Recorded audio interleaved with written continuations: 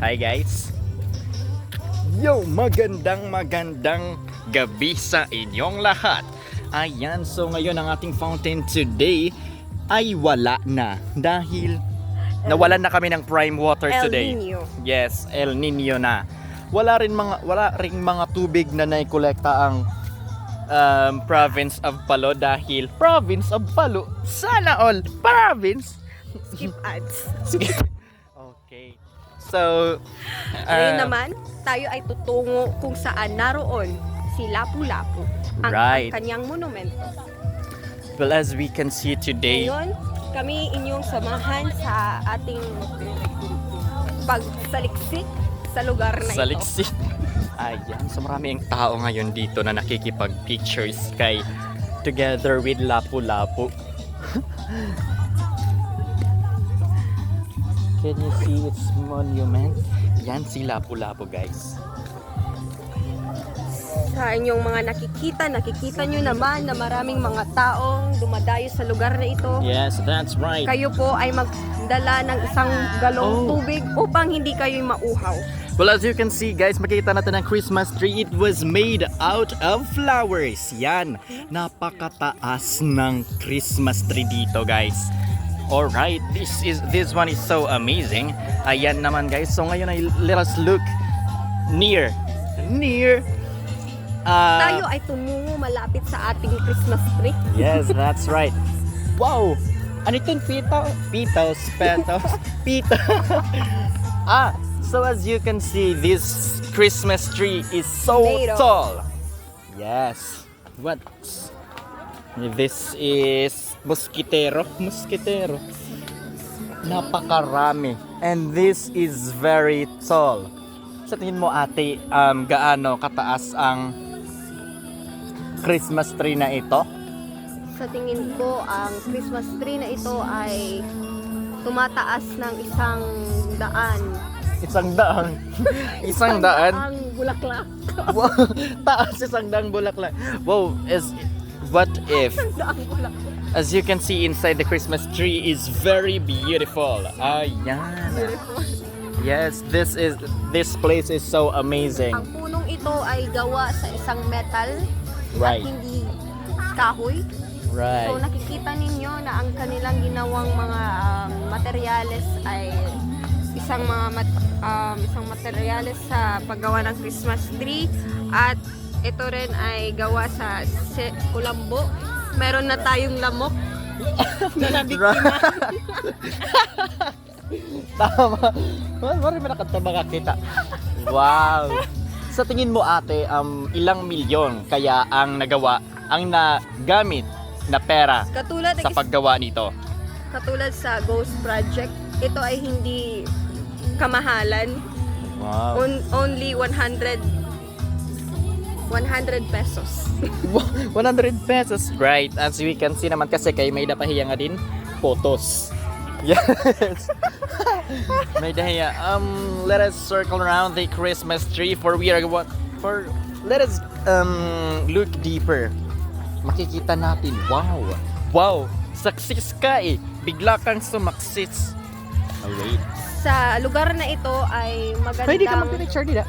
magandang photosynthesis. Photosynthesis. Magandang mag-photoshoot dito, lalong-lalo na sa mga debutante o sa mga ikakasal. Kung titingnan ninyo naman, maraming tao, pero pag walang mga tao, marami talagang mga nagugustuhan ko dito.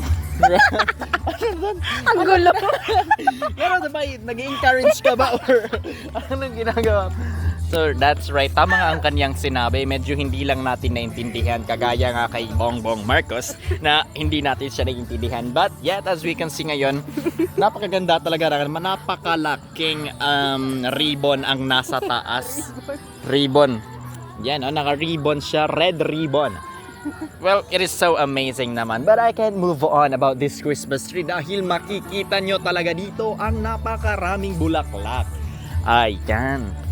So, after hindi pa tapos ang aming tour sa inyo dito dahil papasok pa tayo sa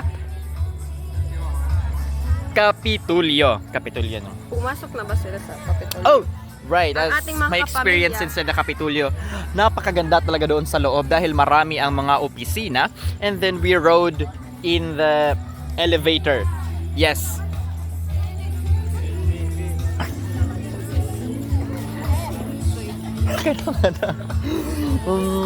Yes. Tinipid rin tayo dito ng tubig kay Prime Water. Ayan. Dapat mineral na lang talaga. Ang dako talaga. This place really looks so amazing. Kung ikaw talaga yung nangdirito, of course, you will be flabbergasted. Tama ba, ate? Right? Flabbergasted. Flabbergasted. Word of the day. Yes, it is so amazing. There are a lot of flags out there. Right. So, ayan na nga everyone. Na para bang... Dali na. Wala, nandiyan na parang nakigayakan. Ikaw naman. Lalong-lalo na ako.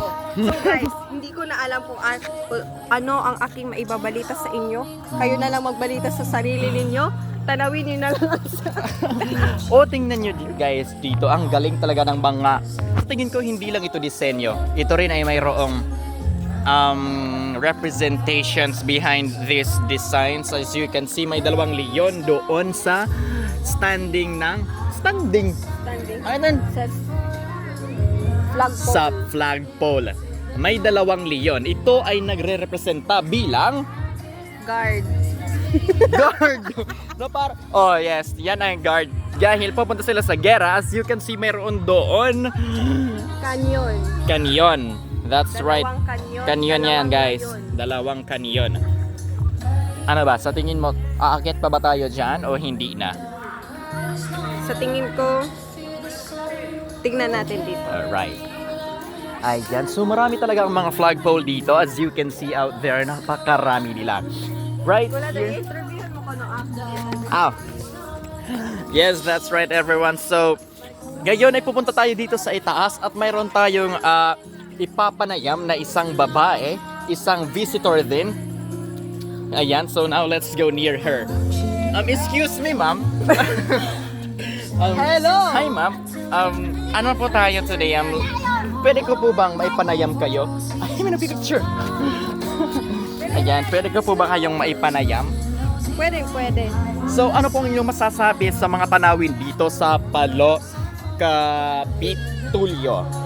Ang aking masasabi sa mga disenyo dito sa Palo ay maganda ang kanilang mga series. Hindi Series? napupunde.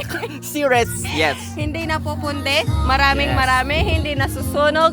Maraming mga tao. Maraming mga Yes, ang galing. Oo. At saka yung mga ginagamit nilang mga materialis. Totoo. Right, hindi siya ordered from Shopee. Tama ba, guys? Now let us read the written here at the board ba yan? The Leyte Provincial Government Complex. People are our greatest resource.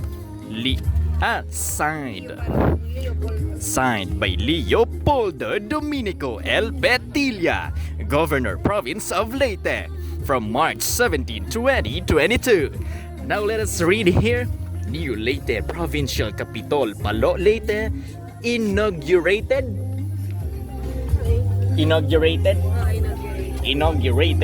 by President Rodrigo Roa Duterte. Siya na ngayon ay nasa Switzerland. Wala pa. And then that is the Republic of the Philippines Leyte Provincial Government Complex Palo Leyte. Ayan na guys, so ngayon ay kami ay bababa na. That's right. Hi.